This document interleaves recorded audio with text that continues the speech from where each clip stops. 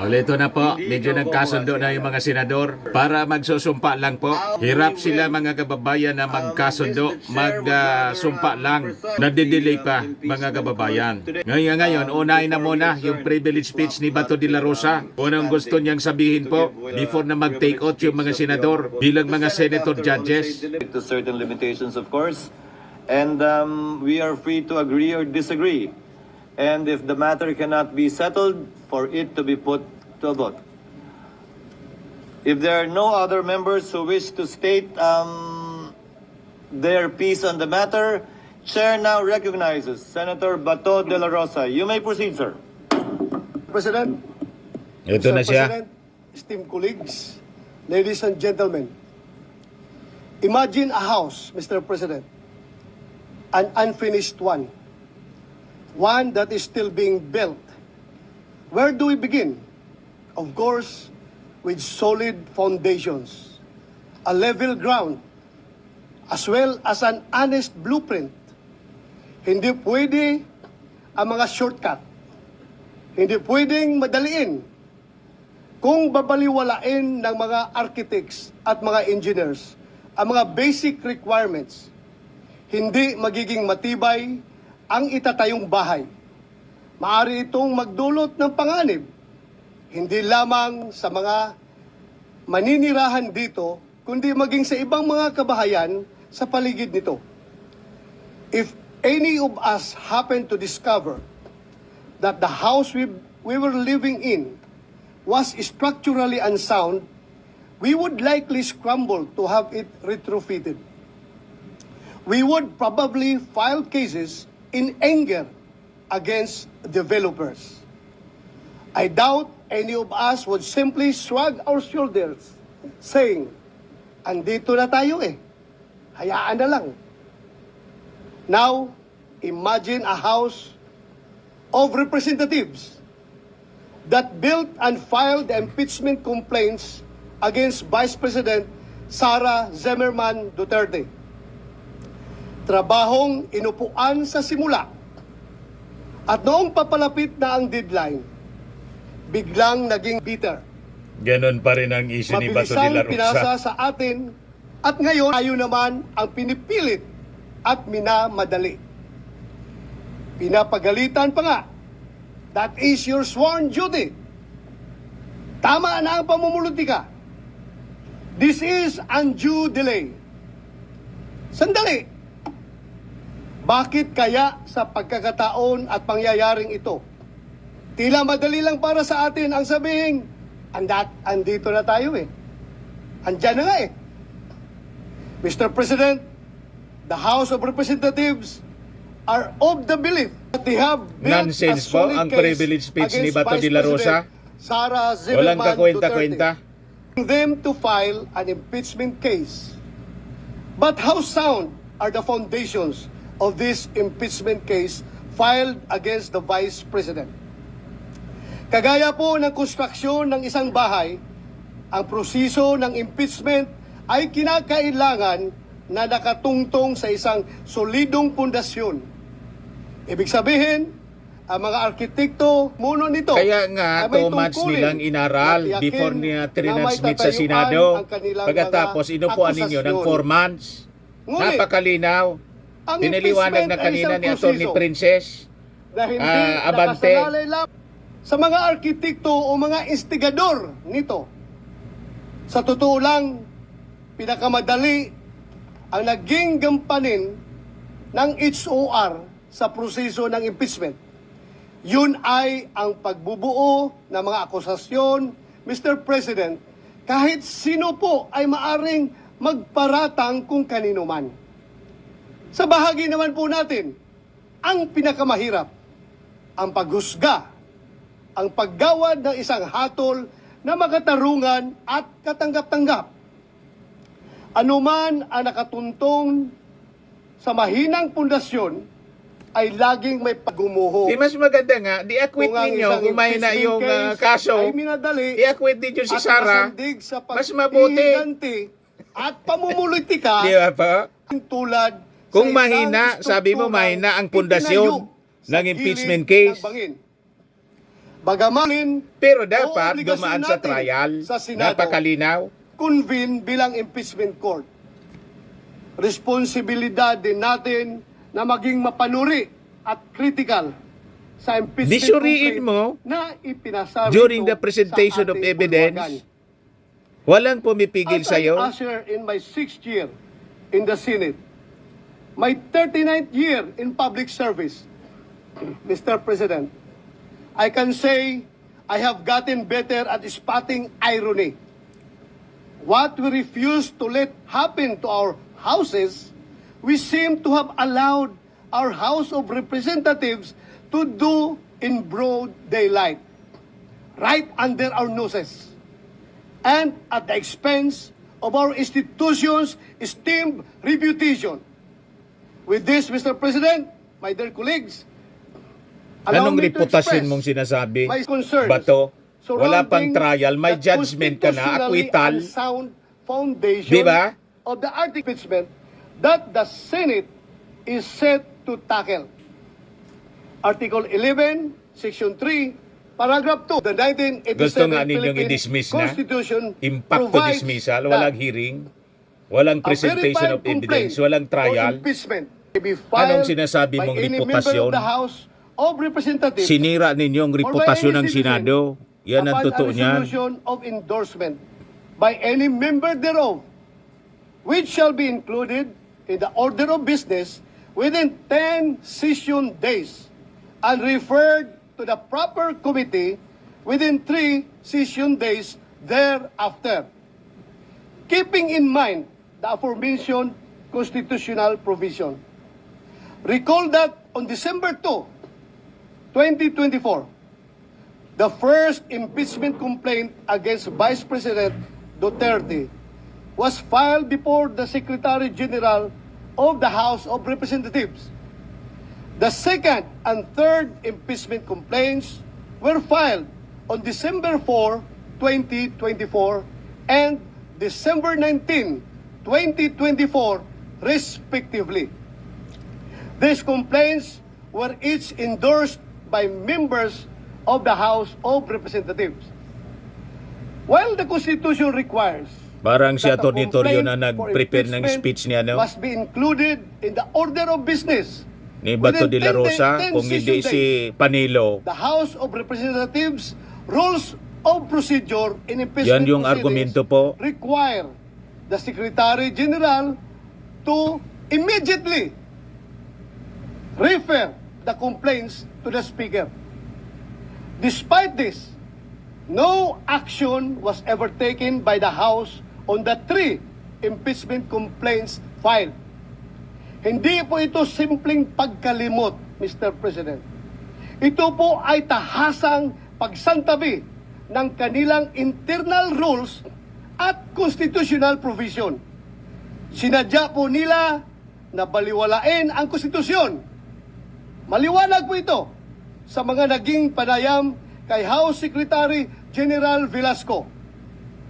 In media interviews, the Secretary General publicly disclosed that the members of the majority of the House of Representatives asked him to withhold the transmittal of the impeachment complaints to the Speaker.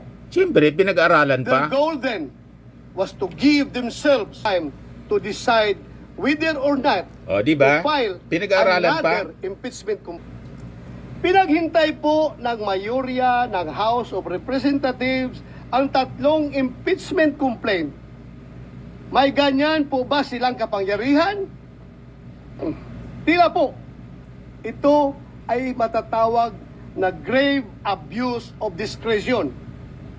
Then, on February 5, 2025, more than 2 months after the first impeachment complaint was filed, the House of Representatives took the express, the fast-track route according to Secretary General Velasco.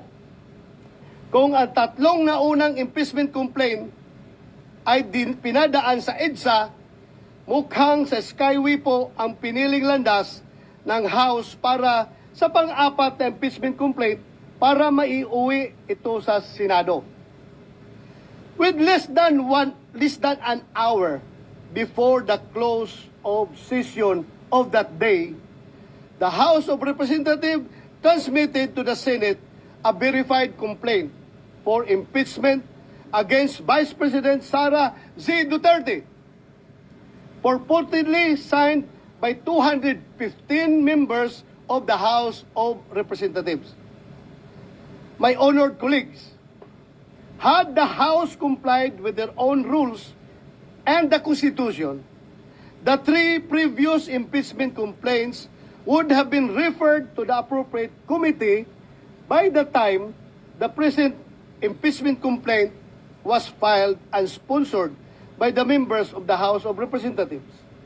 In other words, Your Honors, the intentional action of the Irrelevant po. House of Representatives allowed Nonsense. its members to purportedly circumvent the one-year ban enshrined in Article 11, Section 3, Paragraph 5 of the Constitution. Given the glaring circumvention of the Constitution, should we allow impeachment complaints which are constitutionally infirm to be heard and tried by this body? Kung defective po ang foundation ng impeachment complaint, marirepair o marirehabilitate ba ito ng pag-convene ng impeachment court? Hindi po ba mawawala ng saysay ang pag-convene ng Senate as an impeachment court kung malinaw na labag sa konstitusyon nais natin Malinaw gusto itayo? niyang i-block yung pag-convene, kaya hindi na Kaya, muna ang take impeachment us. ay isang Nauna sensitibong kahapon si proseso. Escudero. Ngayon Sa dapat pagsampa pa o tingnan lamang natin ito, kung matuloy yung pag-take out ng mga binabato na senator agad judges. ng putik Yan ang intensyon, na i-block. kahit ma-acquit ay tila habang buhay Yan ang lang intensyon ni Bato. nagamansa sa kanyang pagkatao. Pagkatapos ng impeachment, anuman ang magiging hatol, the damage done to the reputation Gusto of the talagang accused i-cover up, will mga forever kababayan, be yung kaso irreparable. ni Sara. He or she Hindi matuloy will ang never impeachment be the same trial. again. Some of the members of this august body may not agree with me and may take a different view as to whether the one-year ban has been violated by the House of Representatives. To settle this issue, the separate opinion of Chief Justice Renato Espuno in Francisco versus House of Representatives provides this body a direction on the course of action that we may take when confronted with the same issue I laid down.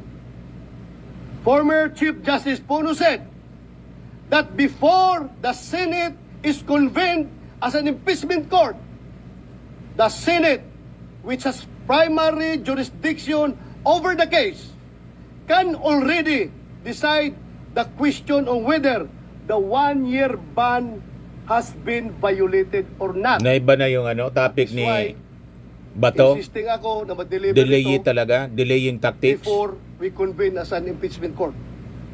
Hindi po natin kailangang hintayin magbagong anyo ang Senado at maging isang ganap na impeachment court. Ngayon pa lamang ay maaari na nating pagdesisyonan ito. Sumunod ba sa saligang batas at sa internal rules ng mababang kapulungan ang impeachment complaint na kanilang ipinasa dito sa Senado?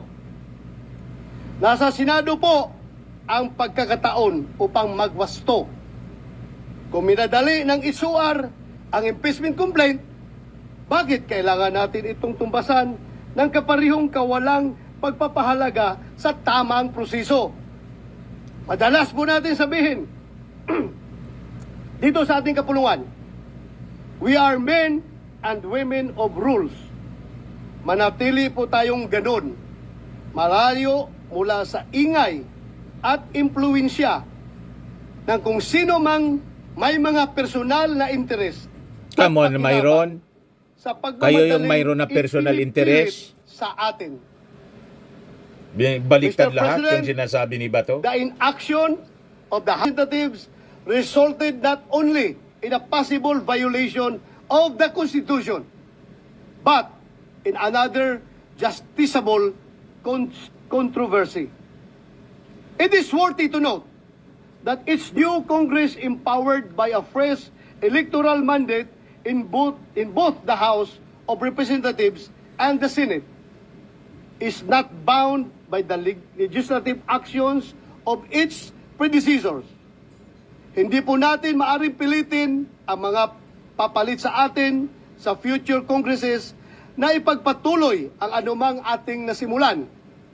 Sabi nga po ni President Chis Escudero kahapon, the Congress cannot pass an irrepealable law. Lahat ay pwedeng baguhin at galawin ng mga sumusunod na mahahalal sa Kongreso. Maari pong hindi sila gumalaw at hayaan lamang na nakatiwangwang ang anumang proceeding na sinisimulan ng mga nauna. When the fourth impeachment complaint was submitted, the 19th Congress was teetering on the brink of a long slumber. The Senate is now being urged to convene with only 2 session days, 20 days remaining before the 19th Congress closes. Hindi man po ako abogado, alam ko pong walang kaso, mapasibil, administrative o kriminal na dinidinig sa loob lamang ng isang buwan. Naghihingalo na po ang buhay ng 19th Congress. Bakit po natin ipipilit pa kung ang pintuan ng 20th Congress ay malapit nang magbukas? Malinaw naman po sa ating Rules of Procedure on Impeachment Trials, kailangang isumon ang person impeached para paharapin sa Senado. Kailangan din siyang bigyan ng 10 araw para mag-submit ng kanyang answer. 5 araw naman ang ibinibigay sa mga prosecutor para mag-file ng kanilang reply. Kaya po, kahit mag-convene ng impeachment court bukas, summon mang sa pleadings ang kayang magawa ng 19th Congress. Sigurado na po tayo na ang trial kasama ang pagrepresenta ng ebidensya ay magaganap sa 20th Congress, kung saan bago na po ang komposisyon ng Senado at mababang kapuluan. Because of the change in members, questions are being raised on the jurisdiction of the 20th Congress to carry on with an impeachment trial commenced in the previous Congress. Yung mga konstitutionalist na yung nagsabi, mga legal luminaries, alangan mas magaling ka doon, bato. The 20th Congress would continue Mga law the deans, trial. mga abogado sa buong bansa, Without nagsalita such na assurance, IBP. Any efforts by the 19th Congress would constitute Pwede. a significant waste of government Ikaw na lang ang resources. nagsabing hindi pwede. Even of the House of Representatives to continue Ikaw na lang ang nagsasabing prosecuting hindi pwede. is being since the said complaint was filed by a House of a different composition. In fact, some of those who signed the complaint failed to secure a seat in Congress in the recently concluded elections. Mukhang kailangan po natin ng positive act from the 20th Congress House of Representatives na kanilang itutuloy ang impeachment complaint na ginawa ng 19th Congress House of Representatives. Mr. President, Gustong ipaulit constitutionally para ma-justify given mga power kababayan and mandate of the Senate na to try and the cases of Ma-delay impeachment is an immense para next year na. responsibility that must be exercised in ba't good kami faith ba to? with intention to fulfill a solemn oath, not with haste, but with careful circumspection. Mindful Delaying of both tactics the political ang ginagawa and ninyo. legal nature of the exercise. Ang impeachment ay isang proseso na hindi lamang mag-aalis sa pwesto ng isang mataas na opisyal ng pamahalaan. Ito ay isang armas laban sa sinuman na hindi umaayon sa kagustuhan at mga interes ng mga kaaway sa politika. Kayo Ito man ay lang apoy nangaaway. na hindi lamang nakapapasok, hindi may kakayahan na tupukin at sunugin. Kayo yung nang-away. Hindi lamang ang isang Si bahay, Sara nang-away, kundi isang nagbanta, buong kaya nga komunidad. na-impeach. Mapanganib ang impeachment sa kamay ng mga mapagsamantala. Inilalagay ang impeachment para protektahan ang taong bayan, hindi isakdal at hiyain ang kumakatawan sa kanila. Versus Senate of the Philippines, the Supreme Court declared impeachment described as the most formidable weapon in the arsenal of democracy was foreseen as creating divisions, partialities, and enmities, or highlighting pre-existing factions with the greatest danger that the decision will be regulated more by the comparative strength of parties than by the real demonstrations of innocence or guilt. The House of Representatives, in transmitting the articles of impeachment to the Senate at the last hour and after refusing to act for over 2 months on 3 previously filed complaints pending with the House Secretary General, has instead placed the Senate in a tight and impaired position where any decision, action, or inaction on its part will be put into question. An acquittal, conviction, or even the propriety of proceeding with trial will be hounded not only by legal or constitutional questions, but by accusations of extreme bias, partiality, and lack of sufficient deliberation. Lagi kong sinasabi, Mr. President, hindi ako abogado. Nevertheless, this cannot disqualify me from speaking against possible constitutional blunders. Hindi kailangan Nagsalita maging na yung engineer mga constitutionalist, para masabi ng legal isang tao luminaries, alangan na mas unlivable magaling ka sa kanila. At hindi ligtas high o building. Diba? Alam Mga nyo, Lodins, alam natin IBP, Integrated Bar of the kung Philippines. kailan matibay at pulido Diba? ang wa, katulad ng isang bahay na Mga bato. law schools. Alam din natin kung kailan hindi. When the floor starts to crack, when the walls begin to shift, and when leaks appear where there should be none, there and then, Mr. President, there and then, forthwith, we say, this was not built well. Gayon din sana sa impeachment case na ito, the cracks and holes have begun to show. Alam nating may mga tanong na hindi pa nasasagot, lalo na patungkol sa constitutional Cover up na soundness malinaw po. ng nasabing impeachment complaint.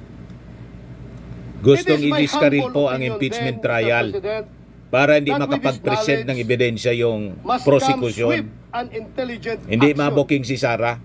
Kung gaano natin kabilis i-condemn at Napakalinaw. ipag-iba ang mga strukturang hindi ginawa ng maayos, ganoon din dapat tayo kabilis umaksyon kung ang nalalagay sa alanganin ay ang ating konstitusyon. In the spirit of true action, therefore, allow me to end by moving. I respectfully move that in view of its constitutional infirmities and questions on the jurisdiction and authority May of motion na the siya? 20th Congress, the verified impeachment complaint against Vice President Sara Zimmerman Duterte be dismissed. Dismiss na ang motion niya. Mr. President, since I have still the floor, I would like to Peter Bongo. Matindi. Walang trial. Mr. Dismiss. President, Ang gustong mangyari niya. Yield the floor for a few remarks as part of the privilege hour availed by Senator De La Rosa. Yes, Mr. President, no problem with me. Nagkampi-kampihan na sa mga Mr. President, I agree with the speech of Kakampi Senator ni Bato de la Sara. Rosa. babraso Ang gusto nila, nating, mga kalabasan kababayan. ng paglilitis na ito Senator ay Go, hustisya. Senator Go, before you proceed, Chair is not yet recognized. Baka mag-people Session is power po. Pag ganyan, gustong ipadismiss ni Bato de la Rosa. Yung palang purpose niya. Para hindi matuloy ang impeachment trial. Yan ang talagang intensyon ng mga Duterte senators. O tingnan natin kung magtagumpay sila sa motion to dismiss. Nag-suspend muna po.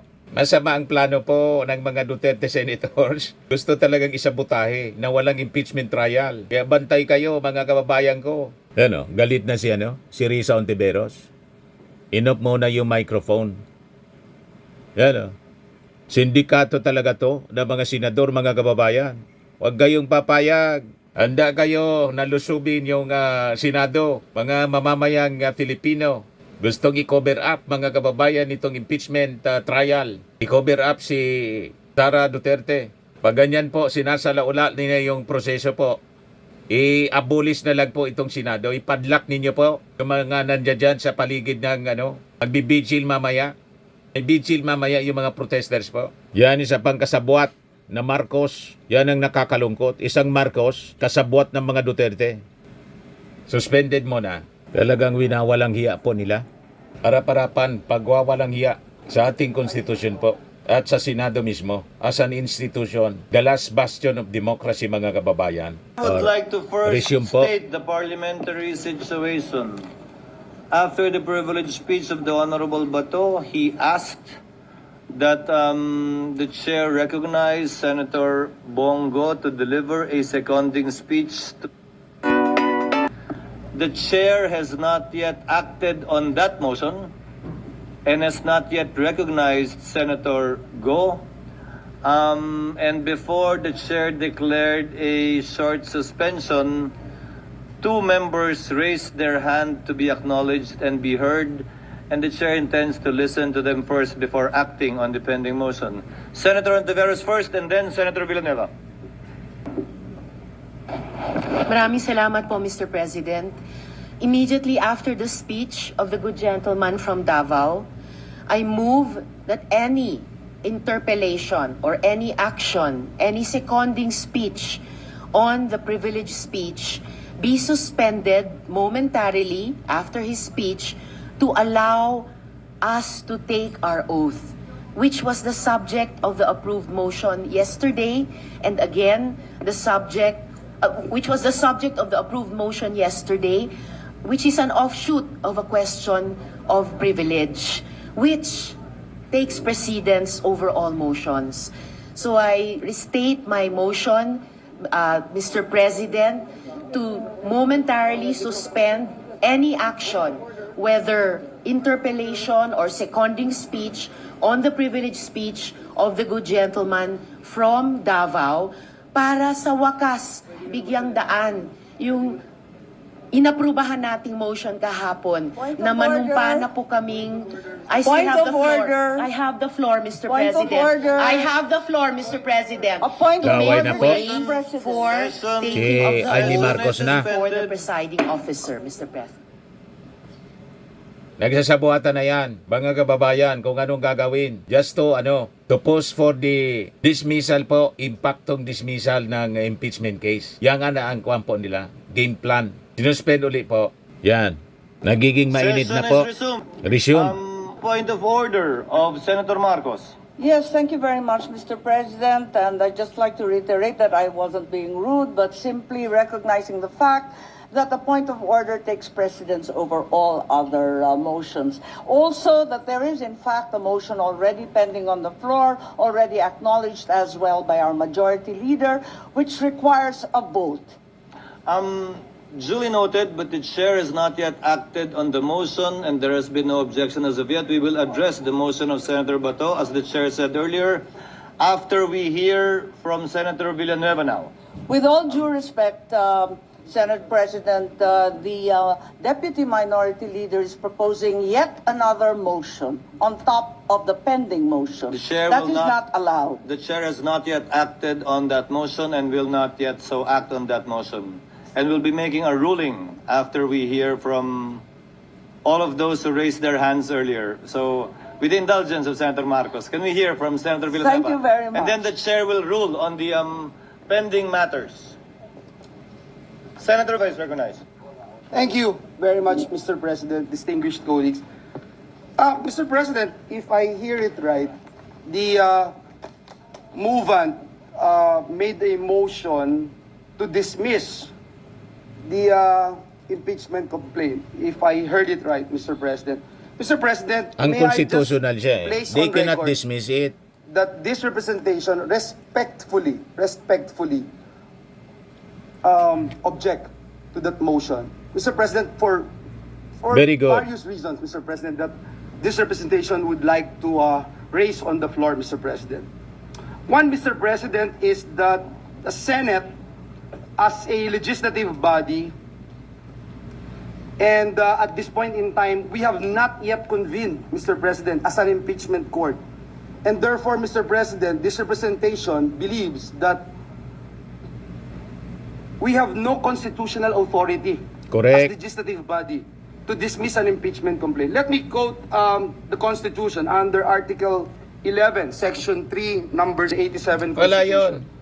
Mga kababayan, The Senate's poder role nila is to expressly hear, limited to try, and then deciding acquit or all cases of convict. impeachment after the House of Representatives has transmitted a valid articles of impeachment. Mr. President, the Senate, in its capacity as a legislative body, does not possess the constitutional authority to unilaterally dismiss an impeachment complaint. Correct. And under the constitutional framework, the Senate assumes a distinct and separate function when acting an impeachment court. Please don't get me wrong, Mr. President. In fact, a lot of the statements made by Senator Bato de la Rosa, I share. I share the sentiments, Mr. President. In fact, Mr. President, when the impeachment case was filed, or the articles of impeachment were transmitted here in the Senate, an hour before we adjourned, Mr. President, before our break, a week after, more than 380 pages, Mr. President, of annexes ang dumating po, Mr. President. So, dun pa lang, Mr. President, I agree with Senator Bato's statement na somehow minadali or tignan natin. But again, Mr. President, my only concern here is that we have not yet convened as an impeachment court. We can probably dismiss this or even entertain the motion if we are already acting as an impeachment court. Let me go to my other point, Mr. President. The Senate lacks the power to dismiss an impeachment complaint and has no constitutional duty to proceed to trial. And that's why, Mr. President, if you recall yesterday, this representation mentioned that notices are very important. When the minority leader made a motion yesterday that he wanted to stop our legislative work and proceed with the convening of the impeachment court. And he made mention about the calendar of activities, kung kailan magsisimula, ano yung timelines, etc., Mr. President. And that's why I objected again, Mr. President. So in the name of consistency, Mr. President, let me again state for the record, the power of initial determination belongs solely to the House of Representatives. You and I, Mr. President, Correct. were members of the House for quite a long time. And we talk about it all the time, that it is the sole power of the House to determine kung yung impeachment or articles of impeachment na itatransmit sa Senado ay merong required votes, etc., etc., at ang tanging sole authority naman ng Senado is to act as an impeachment court, not, Mr. President, not as a gatekeeper of the complaint's sufficiency. Further, Mr. President, it bears emphasis that the framers of the Constitution intended a clear division of roles.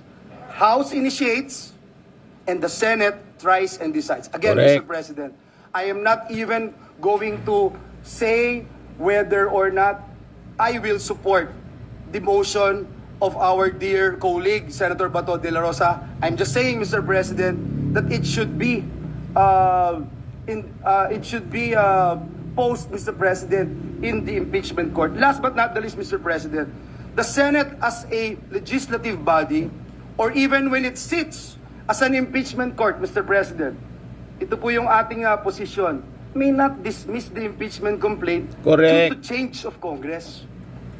Impeachment, Mr. President, is a political discretion.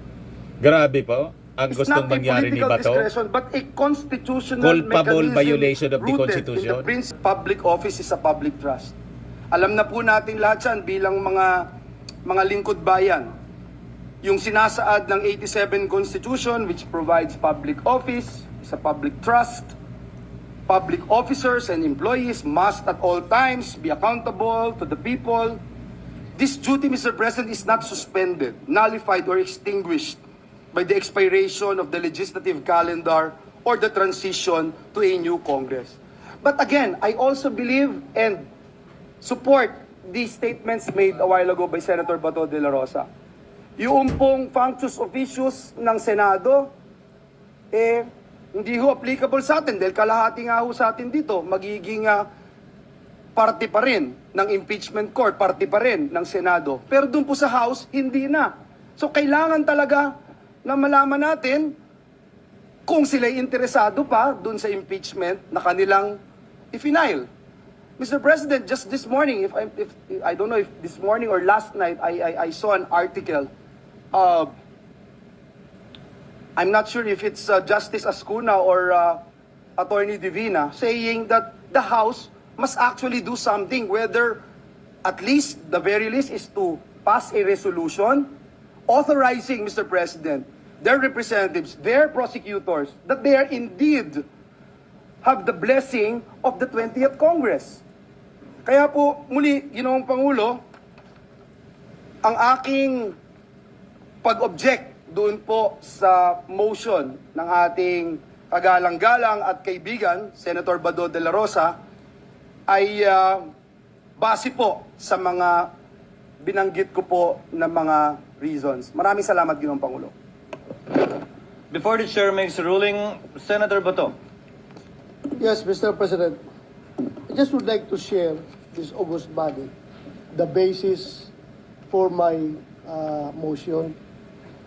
According to Chief Justice Renato Pono, in Sinabi mo na Francisco yan kanina. versus House of Representatives, a number of things can be done before the Senate is convened as an impeachment court.